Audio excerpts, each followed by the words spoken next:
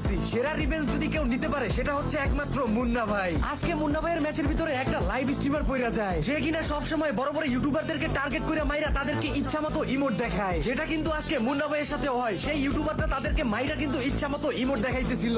এখন মুন্না ভাই কি পারবে তাদেরকে মাইরা সেই রিভেঞ্জটা নিতে? যেহেতু মুন্না ভাইয়ের ভিডিও, রিভেঞ্জটা কিন্তু অনেক ভয়ঙ্করই হবে। সেটা দেখার আগে তোমাদের কাছে একটাই চাওয়া, ভিডিওগুলো তো কষ্ট করে তোমাদের জন্যই বানাই, তাই যারা এখনো ফলো করো নাই, কষ্ট করে একটু ফলো করে আমাদের ফ্যামিলির মেম্বার হয়ে যেও। হ্যাকার পরপর দুজনকে নক করে দেয়। এখানে চৌধুরী ভাই রিভেঞ্জ নিতে আসছিল, কিন্তু অন্য একটা স্কোয়াড চৌধুরী ভাইকে মেরে ইমোটা দেখাই দিল। ভাই 7 আর 4 তুমি হয়তো বা চেনো না আমাকে। তো এদের ভিতরে আবার একটা স্ট্রিমারও ছিল। স্ট্রিমারটা লাইভ আছে কিনা চেক করতে গিয়ে তার কিছু ভিডিও প্লে করি, আর দেখতে পারি প্লেয়ারটা রিজনের প্লেয়ার। একটা ভিডিওতে দেখলাম সাদিয়া ভাইকেও মেরে ইমোট দেখাইছে।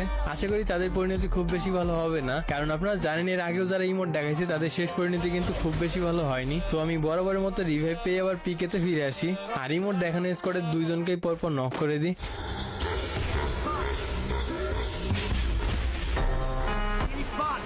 এটা এটা এটা ইমোট দিছিল, কিন্তু ওরা তিনজন ইমোট দেখাইছিল, তাহলে রিভেঞ্জ এখনো বাকি আছে। এরপর একটা এনিমি রিভাইভ করতে আসছিল।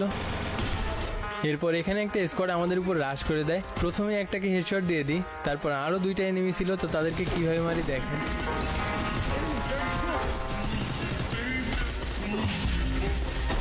নিচে ছিল ইমোট দেখানো স্কোয়াড। প্রথমে একটাকে নক করে দিই, আর বাকি ক্লিপটুকু চৌধুরী ভাইয়ের কাছ থেকে দেখেন।